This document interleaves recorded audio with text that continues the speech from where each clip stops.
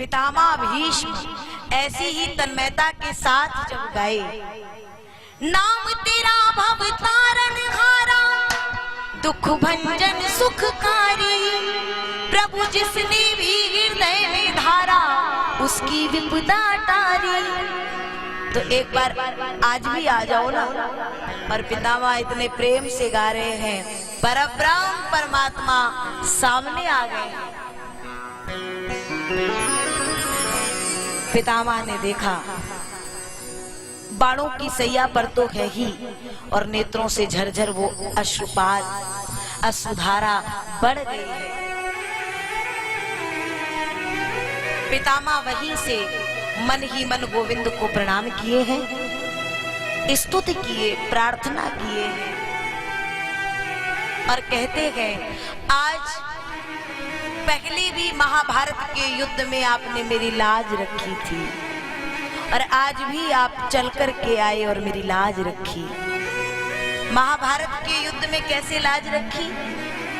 कि कृष्ण ने संकल्प किया था कि मैं कोई अस्त्र शस्त्र धारण नहीं करूंगा, और पितामह ने सुना तो संकल्प लिया कि मैं भी गंगा और शांतनु का पुत्र नहीं, जो गोविंद के हाथों में अस्त्र शस्त्र कोई धारण ना करा दूं। और बाणों की घमासान जब वर्षा की थी तो क्या हुआ था? अर्जुन जब विकल होकर के विहल होकर के दौड़ा तो भगवान ने देखा तो क्रोध में भर करके कुछ नहीं मिला, तो रथ का वो पहिया लेकर के गोविंद दौड़ पड़ा। और पितामह ने वही वर्षा बंद कर दी और फिर कहा, एहो ब्रजराज तुम्हें लाजहू न लागती, झूठे प्रण करके निज पितुहू को कलंकित कीनो। क्योंकि कृष्ण ने कहा था, अगर मैं एक पिता का पुत्र हूँ तो अस्त्र शस्त्र धारण नहीं करूंगा। और पितामह कहते, तुम्हें लाज नहीं लगती, शर्म नहीं आती? झूठे प्रण करके निज पितुहू को कलंकित कीन्हो, एहो ब्रजराज तुम्हें लाजहू न लागती। कृष्ण आए, बोले गोविंद सुनो भीष्म भक्त राज, मोह को जन्म देनहार जगत में हजार है। कौन से पिता की बात करोगे?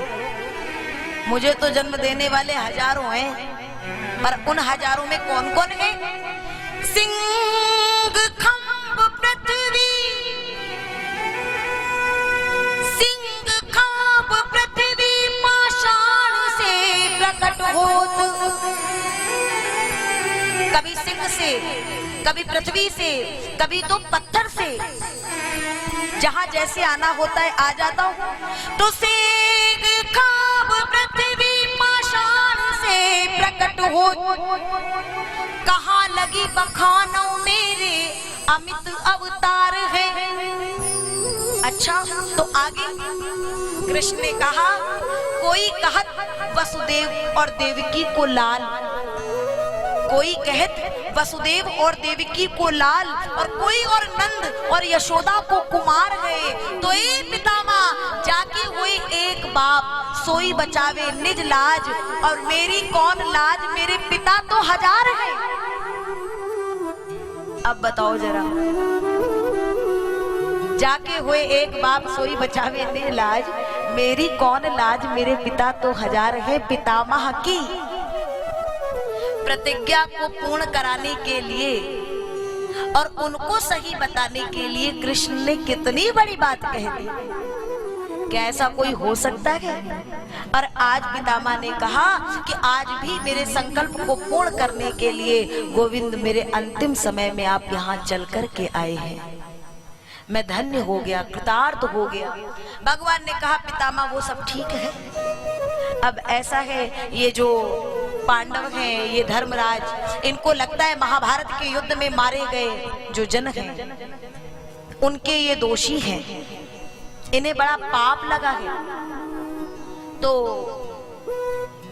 कृपा करके इन्हें वो बताइए ना कि दोष इनका नहीं है। कभी कभी ऐसा होता है कि किसी से हम जब बहुत संबंध में भीतर तक होते हैं ना, उस स्नेह के पास में बंधे होते हैं, तो वो सामने वाला व्यक्ति बहुत वरिष्ठ होता है ना, तो भी वो हमारे लिए वरिष्ठ नहीं हो पाता है।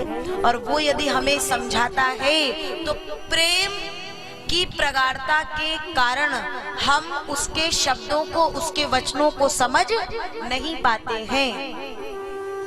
कृष्ण, पांडवों का जो कृष्ण से प्रेम है वो बहुत प्रगाढ़ है, इसलिए कृष्ण ने कई बार समझाना चाहा कि जो युद्ध हुआ, जो मारे गए, ये सब मेरी इच्छा से होता है। मेरी मर्जी के बिना जब पत्ता तक नहीं हिलता है, तो इस महाभारत के युद्ध में जो इतने मारे गए वो मरने वाले नहीं थे, और अगर मारे गए हैं तो मेरा ही कोई ना कोई इशारा है। इसमें तुम अपने आप को, स्वयं को दोषी ना मानो। लेकिन जब पांडव नहीं समझे तो पितामह के अंदर कृष्ण ने वो ज्ञान दे दिया और कहा अब इन्हें समझाओ।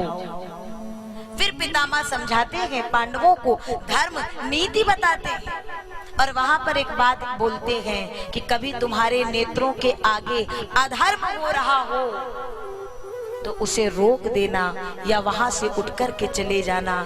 भरी सभा में तब द्रौपदी खिलखिला करके हंस पड़ी। पितामह ने कई बार पूछा, बाद में द्रौपदी कहती है, अगर पितामह इतना ही पूछते हो तो मैं पूछना चाहती हूँ कि भरी सभा के बीच जब वो दुशासन मेरे चीर को खींच रहा था तो क्या वो धर्म कर रहा था? उस समय तो आप भी वहां विराजमान थे।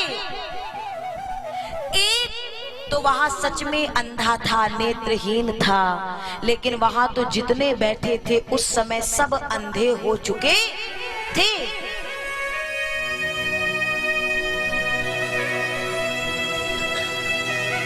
और मेरा भैया अगर ये सावल सरकार ना होता, मेरा गोपाल ना होता, तो वहां मेरी लाज बचाने के लिए कौन आता? अगर ये मेरे चीर को ना बढ़ाता तो उस समय ये ज्ञान आपका कहाँ था? पितामह ने दोनों हाथ जोड़ के कहा, बेटी उस समय मैंने दुर्योधन के यहाँ का दूषित अन्न खाया था और उस अन्न को खाने से मेरी बुद्धि दूषित हो गई थी, और आज जो बाणों की सैया पर पड़ा हूँ तो एक एक बूंद रक्त उस अन्न से जो बना था वो निकल चुका है। अब ये वाणी, ये शरीर माध्यम है, बोलने वाला तो कृष्ण है। हो सके तो द्रौपदी मुझे क्षमा कर देना। और इतना कह के उत्तरायण का समय आता है और पितामह अपने प्राणों का परित्याग करते हैं। हमारे पांडव जाते हैं और जाकर के पितामह का अंतिम संस्कार किए। फिर भगवान वहां से आगे द्वारिका की ओर प्रस्थान करते हैं। अर्जुन भगवान को छोड़ने के लिए जाते हैं। कुछ समय बाद वह गर्भस्थ शिशु जिसकी भगवान ने रक्षा की थी वो इस धरती पर जन्म लेता है। देखता है कि वो कहाँ है जो मुझे गर्भ में मिला था, वो कहीं नहीं दिख रहा है महाराज। परीक्षण कर रहा है, इसलिए उस बालक का नाम हुआ परीक्षित। मिलकर के जयकार लगाएंगे, बोलिए परीक्षित जी महाराज की जय।